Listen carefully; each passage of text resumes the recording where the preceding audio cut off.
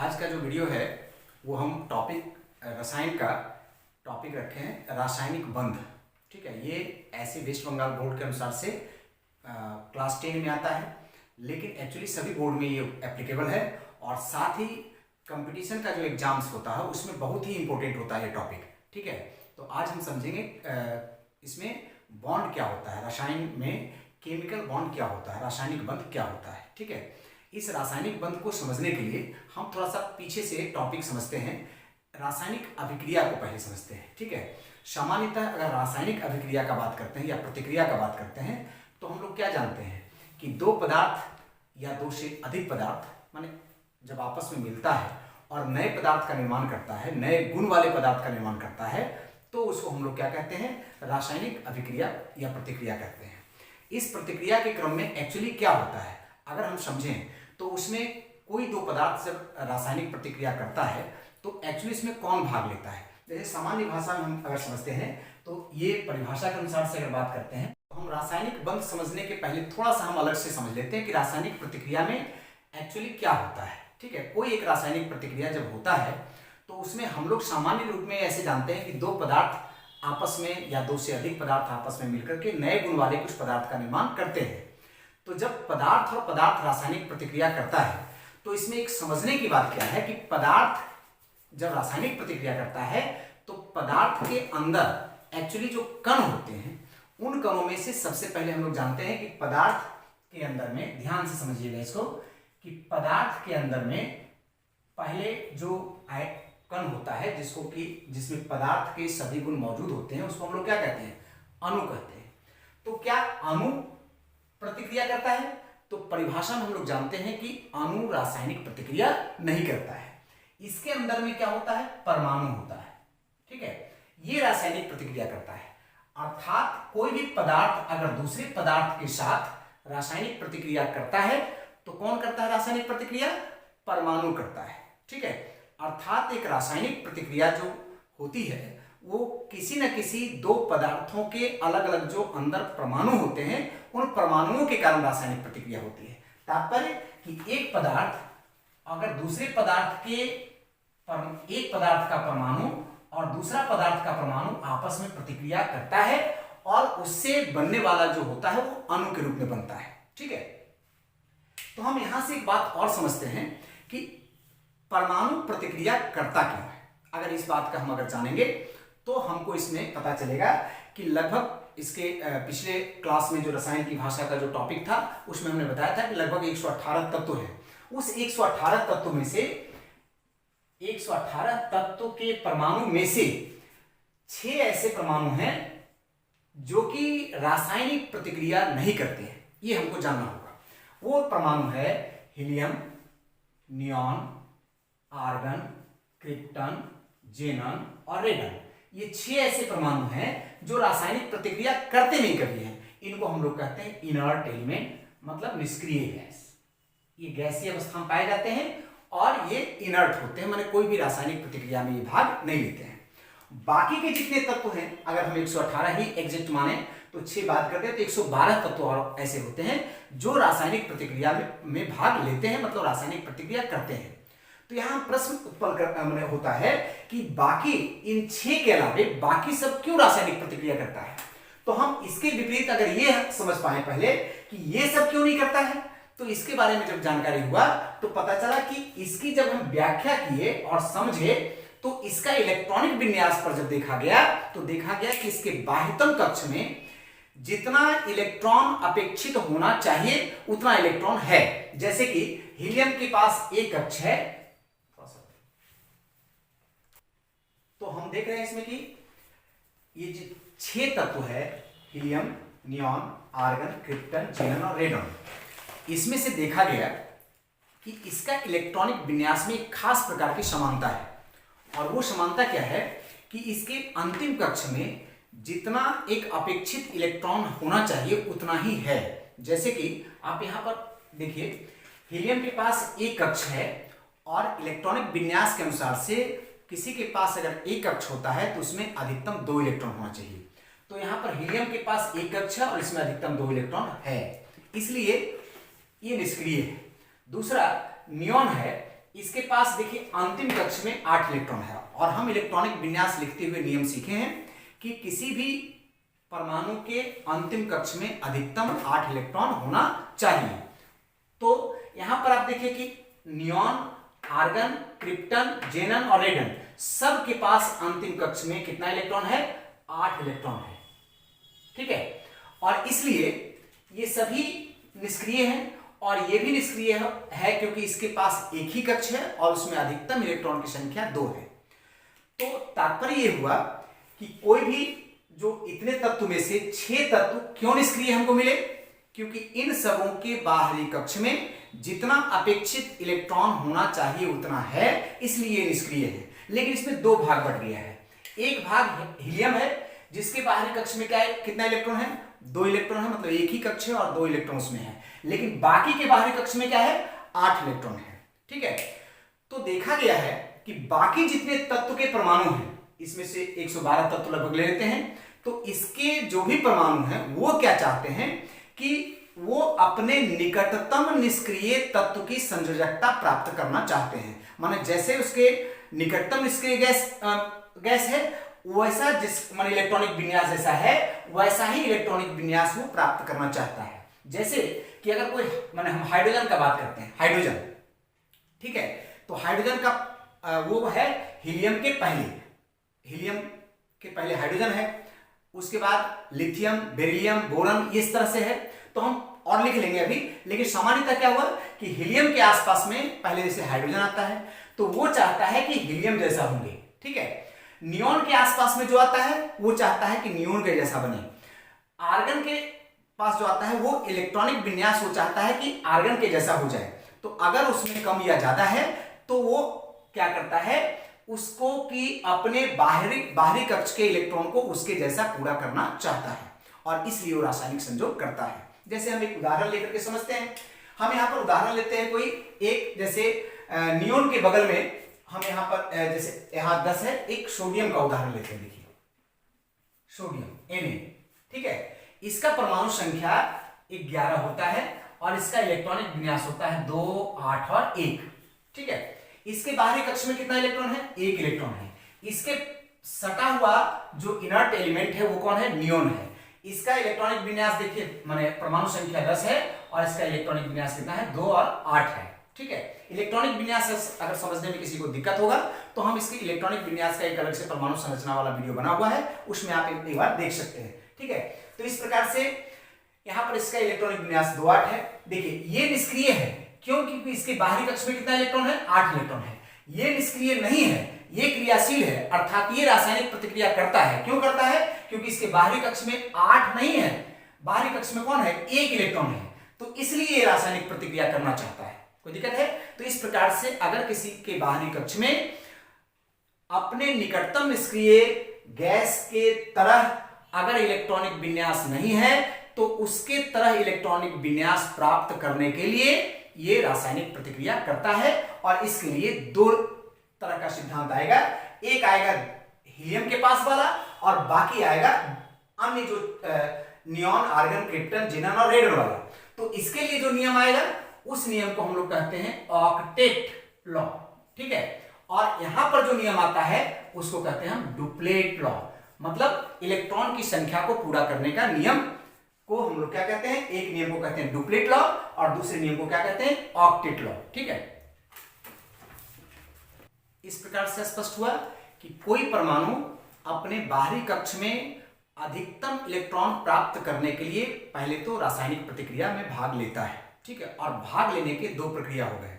एक प्रक्रिया में क्या करता है कि वो हीलियम के आसपास वाला जो तत्व है उसमें आएगा हाइड्रोजन, लिथियम, बेरिलियम और बोरन। देखिए हाइड्रोजन, लिथियम, बेरिलियम और बोरन, ये जो है इसके बीच में यहां पर हीलियम है।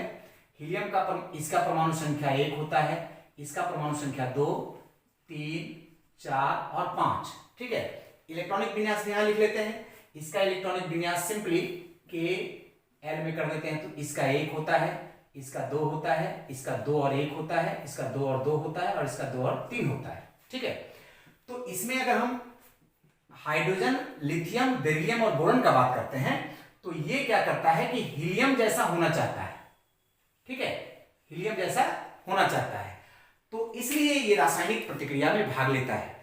तो इसका मतलब कि अपने कक्ष में अधिकतम इलेक्ट्रॉन लाने के लिए ये सिर्फ मात्र अपने बाहरी कक्ष में कितना इलेक्ट्रॉन लाना चाहेगा, ये सभी 2 ही इलेक्ट्रॉन लाना चाहेगा। तो इस तरह का जो नियम है, इस नियम को हम लोग क्या बोले, डुप्लेट लॉ बोले, माने संयोग करने का ये नियम है। अर्थात कक्ष में अधिकतम इलेक्ट्रॉन प्राप्त करने का जो नियम है, इस नियम को क्या कहते हैं, द्वैत नियम या डुप्लेट लॉ, द्वैत नियम, ठीक है। इसके अलावे बाकी इसके बाद जो बचा, जैसे कि बोरन, उसके बाद कार्बन, ठीक है, नाइट्रोजन, ये सब जो बचा, तो इसके बाद जो भी तत्व आता है, एक तत्व का लिस्ट के लिए भी अलग से पीडीएफ फाइल बना हुआ है। इसमें रसायन की भाषा जो चैप्टर है, मैं टॉपिक जो पढ़ाया हुआ है, उसमें आप जाइएगा तो उसमें पीडीएफ लिंक दिया हुआ है, उसमें तत्व का नाम दिया हुआ है, संकेत दिया हुआ है, ठीक है, और फिर उसमें से पता चल जाएगा कि इसकी परमाणु संख्या कितनी है। ओके, तो इस तरह से ये जो द्वैत नियम है, इसके अलावे बाकी सब क्या करता है कि वो अपने बाहरी कक्ष में इन सबों की तरह, माने नियॉन, आर्गन, क्रिप्टन, जेनन और रेडन की तरह अपने बाहरी कक्ष में 8 इलेक्ट्रॉन लाना चाहता है। तो इस नियम को कहते हैं अष्टक नियम। मतलब कक्ष में अधिकतम इलेक्ट्रॉन के भरने का जो नियम है, और एक तरह से इसी को संयोग का नियम भी कह देते हैं, इसको कहते हैं अष्टक नियम। तो इस प्रकार से ऑक्टेट लॉ, अष्टक नियम और डुप्लेट लॉ, 2 नियम हमारे पास हो गए। इस 2 नियमों का पालन करते हुए किस प्रकार से एक परमाणु अपने कक्ष में इलेक्ट्रॉन के अधिकतम संख्या को प्राप्त करता है, इसका एक उदाहरण लेकर के हम समझते हैं, ठीक है। अभी हम उदाहरण ले रहे हैं, हम एक उदाहरण के द्वारा समझते हैं इसमें कि एक यौगिक की रचना, जैसे NaCl, देखिए ये एक NaCl यौगिक की रचना किस प्रकार से हुआ है, Na और Cl में किस प्रकार से आपस में संबंध बना है और NaCl की रचना हुआ है, ठीक है। तो सामान्यतः हम जब Na की बात करते हैं, Na हमने बताया कि इसका परमाणु संख्या 11 होता है, इसका इलेक्ट्रॉनिक विन्यास होता है 2, 8 और 1। क्लोरीन का जब बात करते हैं तो इसका परमाणु संख्या 17 होता है, इसका इलेक्ट्रॉनिक विन्यास होता है 2, 8 और 7। दोनों ही स्थितियों में देखिए आप कि सोडियम और क्लोरीन के बाहरी कक्ष में, इसके बाहरी कक्ष में 1 इलेक्ट्रॉन है और इसके बाहरी कक्ष में 7 इलेक्ट्रॉन है। ऐसे में दोनों ही परमाणु चाहता है कि अपने बाहरी कक्ष में 8 इलेक्ट्रॉन, या फिर दूसरी तरह से हम इसको समझें कि अपने निकटतम निष्क्रिय गैस के इलेक्ट्रॉनिक विन्यास की तरह बनना चाहता है। तो ये भी चाहता है अपने बाहरी कक्ष में 8 इलेक्ट्रॉन, और ये भी चाहता है अपने बाहरी कक्ष में 8 इलेक्ट्रॉन। इसलिए दोनों में एक एफिनिटी होता है, बंधुता होती है, दोस्ती होती है। वो दोस्ती इसलिए कि दोनों ही अपने बाहरी कक्ष के इलेक्ट्रॉन को पूरा कर सके, ठीक है। इसके लिए उसने क्या किया, देखिए यहां पर क्या करता है कि चूंकि इसके पास 1 इलेक्ट्रॉन है और इसके पास 7 इलेक्ट्रॉन है, निश्चित तौर पर इसको मात्र 1 इलेक्ट्रॉन अगर मिल जाता है तो इसको 8 पूरा हो जाएगा। लेकिन इसको या तो 7 इलेक्ट्रॉन मिलेगा, या फिर अपना 1 इलेक्ट्रॉन दे देगा तो भी इसके पास 8 इलेक्ट्रॉन हो जाएगा। दे देने का मतलब यदि ये हट जाता है तो ये 8 इलेक्ट्रॉन पूरा हो जाएगा। तो सामान्यतः आप समझ सकते हैं एक व्यावहारिक तथ्य है, और ये परमाणु भी अपने व्यावहारिक गुणों के आधार पर ही चलता है कि यहां पर इसके पास चूंकि 7 इलेक्ट्रॉन है, इसके पास 1 इलेक्ट्रॉन है, तो ये क्या करता है, ये अपना 1 इलेक्ट्रॉन इसको दे देना ही पसंद करता है सामान्यतः। और इस तरह से सोडियम एक प्रकार से दाता होता है, और ये क्या हुआ, ग्राहक हुआ, मतलब लेता है, ऋणी होता है। तो ये जब देने वाला होता है तो सोडियम चूंकि दाता होता है, और जितने दाता होते हैं, एक बार अच्छे से याद रख लीजिएगा कि जो भी दाता होते हैं वो अधिकतम धातु के रूप में पाए जाते हैं, और जो भी लेने वाला होता है वो अधातु के रूप में पाया जाता है। तो सामान्यतः हम अगर देखें तो सोडियम अपना 1 इलेक्ट्रॉन दे देगा, ठीक है। देने की क्रिया को हम इस तरह से थोड़ा अलग से स्पेसिफाई करके समझें कि जैसे सोडियम है, इसके पास हम ऐसे एक बार समझ लीजिए कि ये इसके बाहरी कक्ष का इलेक्ट्रॉन को 1 करके दिखा दिए, ठीक है। क्लोरीन है, देखिए क्लोरीन के पास हम ऐसे दिखा दिए, उसको 7 इलेक्ट्रॉन को पॉइंट से दिखा दिए, ठीक है। अब देखिए ये अपना 1 इलेक्ट्रॉन इसको दिया। इलेक्ट्रॉन के देने का तात्पर्य को अच्छे से समझ लीजिए, और उस पर आवेश में परिवर्तन किस प्रकार से होता है उसको अच्छे से समझ लीजिए।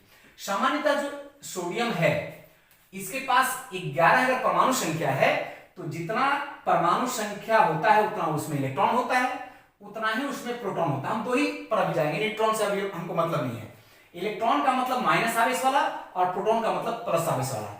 तो चूंकि दोनों का देखो संख्या यहाँ पर क्या है, 11 इलेक्ट्रॉन है और 11 प्रोटॉन है, दोनों की संख्या क्या है, बराबर है। इसलिए सामान्यतः सोडियम जो होता है परमाणु उदासीन होता है, परमाणु के रूप में क्या होता है, उदासीन होता है, ठीक है। लेकिन अगर इसमें से एक इलेक्ट्रॉन अगर निकल जाए, जैसे यहां पर 11 इलेक्ट्रॉन है, अगर 11 इलेक्ट्रॉन में से एक इलेक्ट्रॉन निकल करके 10 इलेक्ट्रॉन बचे, लेकिन प्रोटॉन तो उतना ही बचेगा, तब क्या होगा जानते हैं, तब आप सोचिए कि प्लस वाला हो गया 11 ठो और माइनस वाला हो गया 10 ठो, तो मिल करके क्या होगा, प्लस 1 बचेगा कि नहीं, बोलिए बचेगा ना। इस प्रकार से जब एक सोडियम में से एक इलेक्ट्रॉन निकलता है तो सोडियम पर अपने आप प्लस आवेश उत्पन्न हो जाता है। तो वही बात यहां पर हम देखिए कर रहे हैं कि अगर ये सोडियम में से एक इलेक्ट्रॉन अगर निकल गया तो निकल गया मतलब कि सोडियम से निकला और क्लोरीन के जाके पास चला गया। तो अगर सोडियम से निकला तो इसका मतलब सोडियम के ऊपर में प्लस आवेश आएगा और क्लोरीन में आ जाएगा। ठीक इसका उल्टा समझिए कि अगर एक इलेक्ट्रॉन उसमें से बढ़ जाता है, जैसे यहां पर एक इलेक्ट्रॉन कम गया तो यहां प्लस आवेश आ गया, और अगर किसी के पास एक इलेक्ट्रॉन आ जाएगा तो इसका मतलब उस पर माइनस आवेश आ जाएगा। सिंपल भाषा में हो गया, क्लियर, ठीक है। तो इस प्रकार से दोनों आवेशित होकर के एक प्लस आवेशित हो गया और एक क्या हुआ, माइनस आवेशित हो गया। ये जब दो आवेश होते हैं, दोनों परमाणु आवेशित हो गए और दोनों क्या किया, एक दूसरे को इलेक्ट्रॉन का लेना और देना किया, माने ये इसको दिया और ये इससे इलेक्ट्रॉन लिया, माने इलेक्ट्रॉनों का आदान प्रदान हुआ। मतलब इस स्थिति में ये दोनों क्या हुआ, एक धनात्मक हो गया और एक ऋणात्मक हो गया। जब ये धनात्मक ऋणात्मक होगा तो दोनों में निश्चित तौर पर एक आवेश की सृष्टि होगी, माने एक आकर्षण की सृष्टि होगी और दोनों एक दूसरे से सट जाएगा, अर्थात एक बंध बनेगा। इस आकर्षण की बात, इस आकर्षण को ही एक तरह से हम क्या कहते हैं, बंध कहते हैं। कोई दिक्कत है इसमें, ये जो आकर्षण हुआ उसी को हम लोग क्या कहते हैं, बंध कहते हैं। और इस प्रकार से ये आपस में जुड़ करके एक यौगिक का निर्माण किया जिसको हम क्या बोल रहे हैं, NaCl। कोई दिक्कत है इसमें। इस प्रकार से इलेक्ट्रॉनों के आदान प्रदान के द्वारा ये घटना हुआ।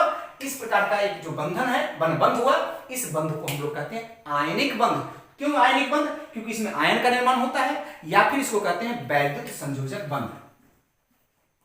वैद्युत संयोजक बंध बोलते हैं, ठीक है। यहां पर जो बंध बना वो क्या बना, वैद्युत संयोजक बंध, या इसको आयनिक बंध भी कहते हैं, इसके बीच में जो बना।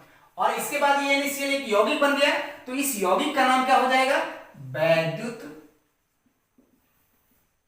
संयोजक यौगिक, ठीक है। या फिर इसको हम आयनिक यौगिक भी कहेंगे। कोई दिक्कत है। इस प्रकार से हमने देखा कि इलेक्ट्रॉन माने कोई भी परमाणु अपने बाहरी कक्ष में इलेक्ट्रॉन को किस प्रकार से पूरा किया, सोडियम और क्लोरीन। तो ऐसे और भी उदाहरण हम ले सकेंगे, फिर बाद में देखते हैं। एक और उदाहरण लेकर के हम चलते हैं, दूसरा उदाहरण, जिसमें कि क्या ऐसा ही संभव है या नहीं संभव है, उसको देखते हैं, ठीक है।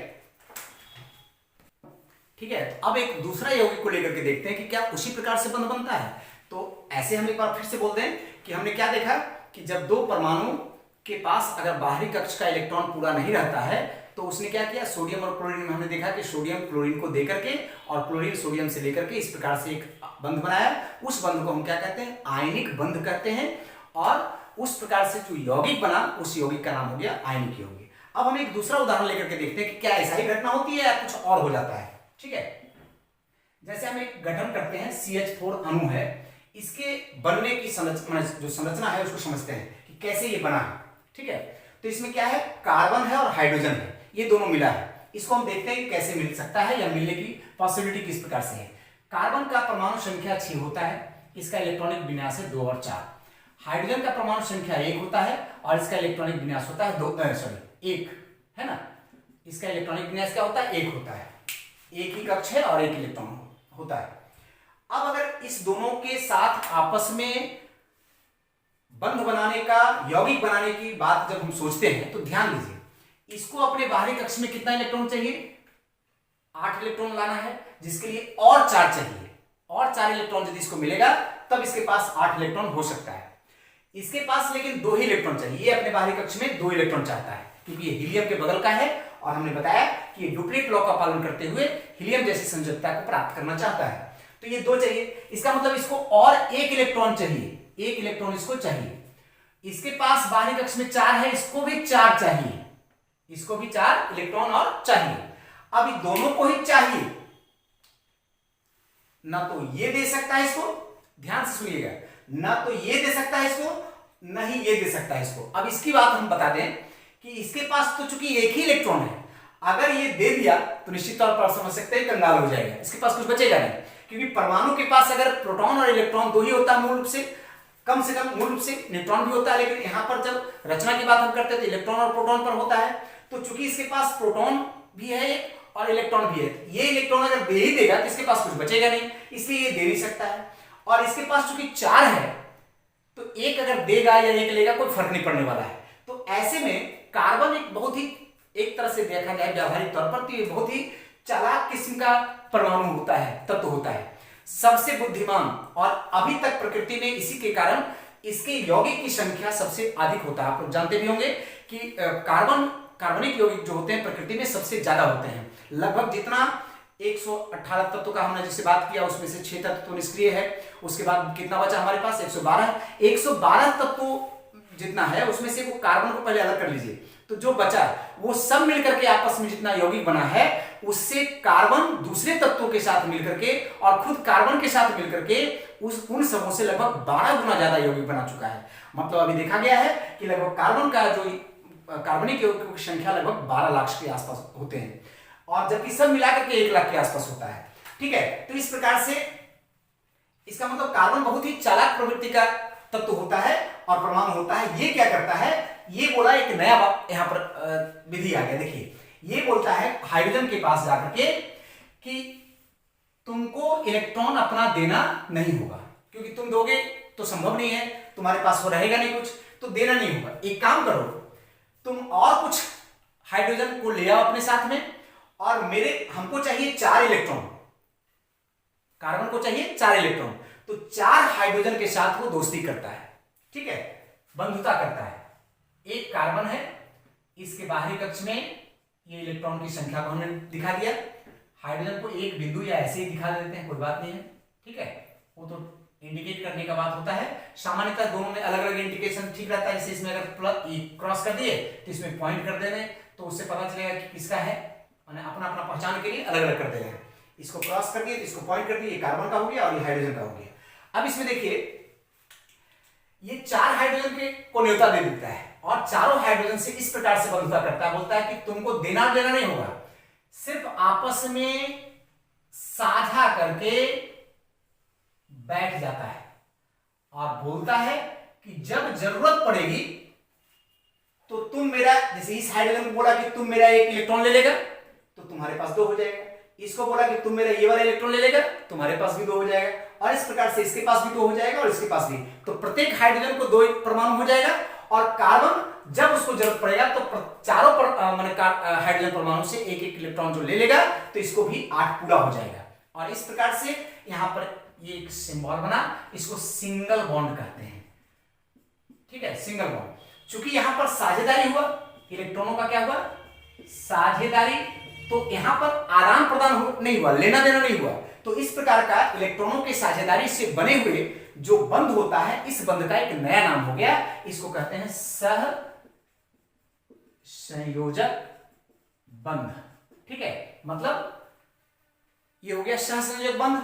और ऐसे में फिर ये जो बंध बना, इसमें एक-एक लाइन, एक-एक इलेक्ट्रॉन का जब साझा हुआ ये अलग हो जाएगा, कभी कभी 2-2 इलेक्ट्रॉन का साझा हो सकता है, कभी 3 इलेक्ट्रॉन का भी साझा हो सकता है। तो ये सहसंयोजक बंध बना, और इस प्रकार से जो यौगिक बना CH4, चूंकि 4 बन गया तो इसको कहते हैं सह संयोजक यौगिक। ठीक है, तो इस प्रकार से क्लियर हुआ कि 2 प्रकार से हमारे पास बंध बन रहा है, एक में इलेक्ट्रॉन को दे और ले करके, और दूसरा में इलेक्ट्रॉनों को साझेदारी करके। तो ये इलेक्ट्रॉनों का साझेदारी करके बना।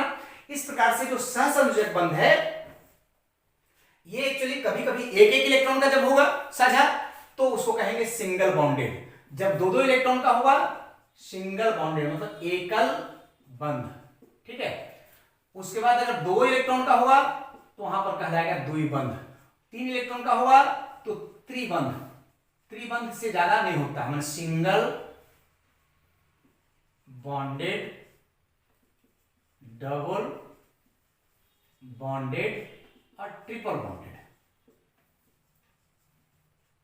ठीक है, इस प्रकार से तो वहां पर डबल बॉन्ड में कहीं पर 2 लाइन खींचा हुआ रहेगा तो डबल बॉन्डेड हो जाएगा, ट्रिपल बॉन्ड में 3 लाइन खींचा हुआ रहेगा तो ट्रिपल बॉन्डेड हो जाएगा। अब देखिए एक उदाहरण और समझ लेते हैं इसमें, जैसे HCl के निर्माण का उदाहरण समझ लेते हैं, इसमें क्या घटना होती है। ठीक है, तो देखिए HCl का निर्माण का जब बात करते हैं तो इसमें क्या होता है, यहां पर भी H के पास एक इलेक्ट्रॉन होता है, जैसे कि देख रहे हैं आप बाहरी कक्ष में एक इलेक्ट्रॉन है। ठीक है, Cl के पास अच्छा से जानते हैं कि 7 इलेक्ट्रॉन होता है।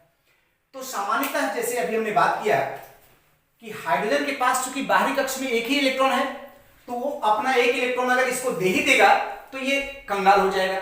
ऐसी परिस्थिति में हाइड्रोजन जल्दी इलेक्ट्रॉन अपना देना चाहता नहीं है, और जब भी हाइड्रोजन करता है तो साझेदारी ही करता है, तो इसे क्लोरीन के साथ वो साझेदारी ही करना चाहेगा। तो यहां पर HCl का जो निर्माण होगा वो इस तरह से होगा, किंतु यहां पर एक साथ में और घटना हो जाती है। क्या घटना हो जाती है कि इसमें से चूंकि एक क्लोरीन का जब हम बात करते हैं सामान्यतः उसको एक रचना बना करके दिखाते हैं, 17 प्रोटॉन होते हैं इसमें अंदर में केंद्रक में, और न्यूट्रॉन 18 या 17 जो भी है उससे अभी मतलब नहीं है, हमको न्यूट्रॉन से मतलब नहीं है अभी फिलहाल, बाद में देखेंगे। तो यहां पर इसमें इलेक्ट्रॉन इस प्रकार से बंटवारा है, पहला कक्ष में 2 इलेक्ट्रॉन, दूसरा में 1 2 3 4 5 6 7 8 इलेक्ट्रॉन, और तीसरा में 7 इलेक्ट्रॉन, 1 2 3 4 5 6 7 इलेक्ट्रॉन। ठीक है, हाइड्रोजन का बात हम करते हैं तो हाइड्रोजन में क्या होता है, ये हुआ क्लोरीन का, और ये हाइड्रोजन का बात करते हैं। ठीक है, तो हाइड्रोजन में देखिए एक प्रोटॉन और किसी किसी में तो न्यूट्रॉन साधारण हाइड्रोजन में होता भी नहीं है, और एक इलेक्ट्रॉन होता है। अब अगर ये आपस में साझा करता है, इस साझा की प्रक्रिया को थोड़ा सा समझ लेते हैं। जब ये साझा करेगा तो निश्चित तौर पर आपस में सटेगा, सटने के कारण इसमें क्या होता है कि चूंकि इसका केंद्रक में धनावेश ज्यादा होता है, इसका केंद्रक में धनावेश मात्र 1 होता है, तो इसके कक्ष के बीच जो आकर्षण बल लग रहा होता है कक्ष और केंद्रक के बीच वो कम होता है, इसमें कक्ष और केंद्रक के बीच में आकर्षण बल ज्यादा होता है। तो जब ये दोनों आपस में सटता है तो इसमें अपने आप ऑटोमेटिकली इसके जो खिंचाव बल है, क्लोरीन का कक्ष का जो खिंचाव बल है चूंकि ज्यादा है, इसलिए इस इलेक्ट्रॉन पर उसका इफेक्ट हो जाता है और ये इलेक्ट्रॉन अपने आप खिंचा हुआ कुछ इसके तरफ आ जाता है। ऐसी परिस्थिति में न चाहते हुए भी हाइड्रोजन के पास एक आंशिक रूप में आवेश उत्पन्न हो जाता है प्लस डेल आवेश, और इसमें आंशिक रूप में माइनस आवेश उत्पन्न हो जाता है। इस प्रकार से इसमें आवेश उत्पन्न होता है, और जिसमें आवेश उत्पन्न होता है जैसे कि NaCl में आपने देखा कि आवेश उत्पन्न होता है NaCl में प्लस और माइनस, तो ये प्लस माइनस की घटना को एक तरह से 2 ध्रुवों में बंटने वाली घटना कहते हैं, मतलब ध्रुवीयता कहते हैं। तो ये चूंकि ध्रुवीय होता है, ज्यादातर जो आयनिक बंध होते हैं वो ध्रुवीय होते हैं। ठीक है, तो और ये जो माने सहसंयोजक बंध वाले जो होते हैं वो अध्रुवीय होते हैं। ठीक है, लेकिन HCl एक ऐसा उदाहरण हो गया जो कि एक्चुअली सहसंयोजक बंध वाला यौगिक है, किंतु इसमें आंशिक रूप में प्लस और माइनस उत्पन्न होता है, इसलिए ये ध्रुवीय सहसंयोजक कहा जाता है। ठीक है, ये क्या हो गया, और ऐसा और भी उदाहरण हो सकता है। तो इसमें इस चैप्टर में इस टॉपिक में बस इतना ही मूल रूप से है, लेकिन थोड़ा सा हम और समझ लेंगे कि ये जो हम इस तरह से स्ट्रक्चर बना करके दिखा रहे हैं, इस स्ट्रक्चर के दिखाने की प्रक्रिया को एक नाम दिया जाता है, इसको कहते हैं डॉट स्ट्रक्चर। ठीक है, क्या कहते हैं, डॉट संरचना, डॉट स्ट्रक्चर।